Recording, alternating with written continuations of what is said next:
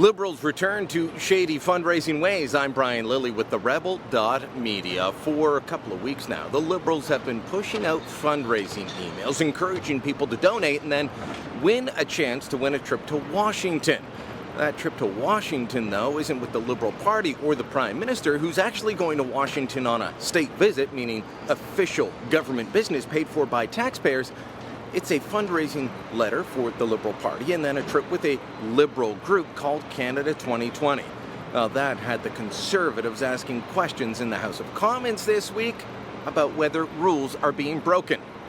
The Prime Minister is going to Washington this week to hang out with the Anti-Canadian Energy Centre for American Progress and the Liberal organization Canada 2020. Canada 2020's founders are Liberal lobbyists who are registered to lobby the PMO and other federal departments. At the same time, the Liberals have been raising money by promising a free trip to the Canada 2020 events in Washington. The Liberals have been told to quit doing this. Why are the Liberals still using their government positions to help out their Liberal lobbyist friends while fundraising on behalf of the same old Liberal Party? At all times, the Liberal Party has complied and will continue to apply with the election financing legislation. Well, if at first you don't succeed, try again. And the Conservatives weren't taking that weak answer as the only answer. The President of Canada 2020 is Tom Pitfield. His spouse is the President of the Liberal Party. They are both self-described friends of the Prime Minister. Understandable. The Conflict of Interest Act is clear. You cannot further the interests of your friends. And the Prime Minister himself is in a fundraising email from his friend, the President of the Liberal Party, offering access for cash. Why is the Prime Minister trying to promote his friends and raise money for the Liberal Party on a supposed official state visit? We're very proud of what the Prime Minister and ministers will accomplish on the important state visit to Washington. It's an unprecedented honor for Canada. And Mr. Speaker, drive-by smears about phony fundraising events aren't frankly honorable in this House.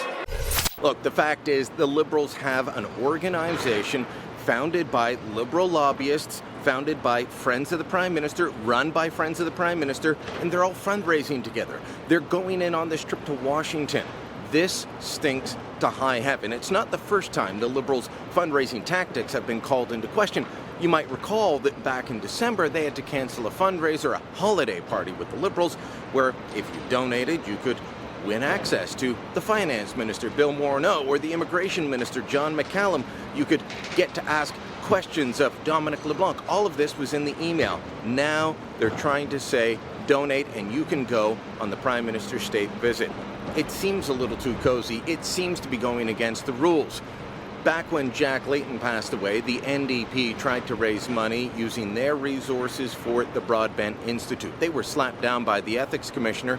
Hopefully that happens, in this case, before it's too late.